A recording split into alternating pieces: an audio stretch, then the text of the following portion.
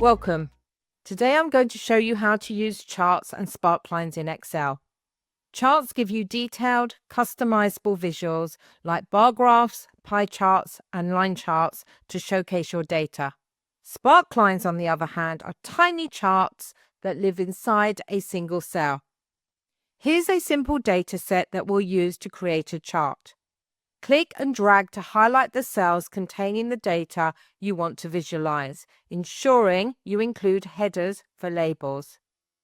If your data is already well formatted, simply click anywhere within the data range.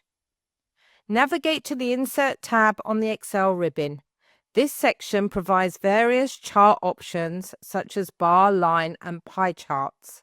Let's keep it simple and straightforward. Rather than guessing which chart to use, let's use Excel to suggest the most suitable options. Click on Recommended Charts and Excel will display the best choices for your data. Let's select a chart, then click OK to generate the chart instantly. You can then resize your chart by dragging its corners or copying it to another sheet for further use. To give your chart more impact, head over to the Chart Design tab. Here, you can select a quick layout and customize the colors to achieve a more polished and visually striking appearance. To add context, click on Chart Title and type in a descriptive name that accurately represents your data. And that's it. Your chart is now ready to effectively present your data in a clear and engaging way. Now, let's dive into creating sparklines to track engagement trends. Click and drag to select the cells containing your data for sparklines. When the Quick Analysis tool icon appears, click it and choose sparklines.